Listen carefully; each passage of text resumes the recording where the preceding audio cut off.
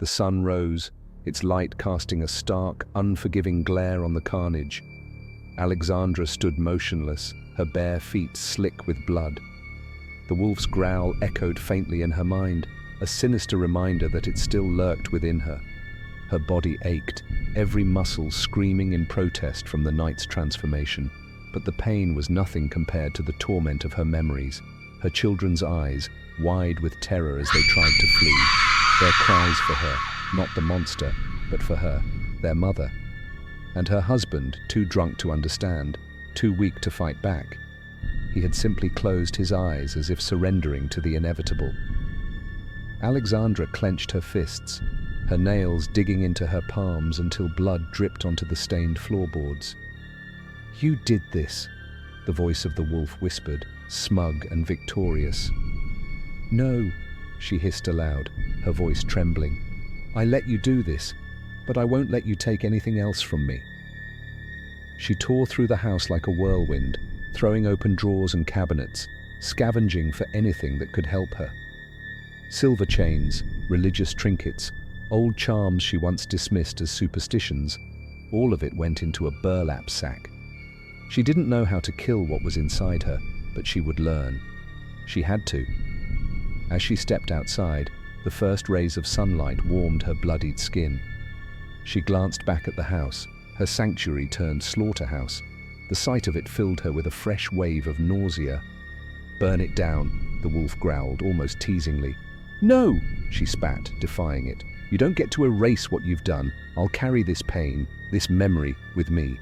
It'll be the reason I destroy you." Alexandra wandered for days, avoiding towns and people.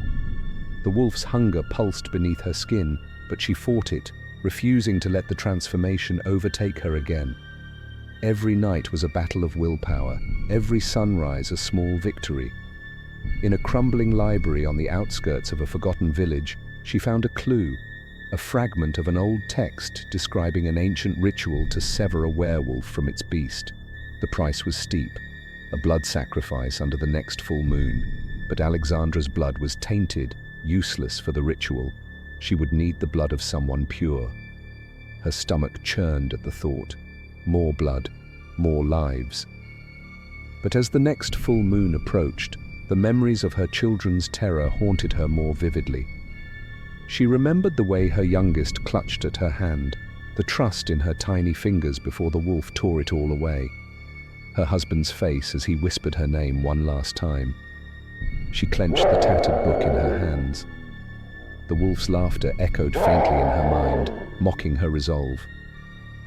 "You're not strong enough," it whispered. "I'll prove you wrong," she said aloud, her voice steady for the first time in days. As the moon climbed higher each night, Alexandra prepared. She tracked whispers of an ancient practitioner who lived deep in the mountains, a hermit who once helped others rid themselves of their curses. She followed the trail, her determination fueled by every step closer to vengeance against the beast inside her. Her children's faces guided her, their cries a reminder of the stakes. The wolf might live in her blood, but her rage and love burned brighter than its hunger. "I will end you," she promised the voice in her head, as the distant howl of a wolf echoed in the night.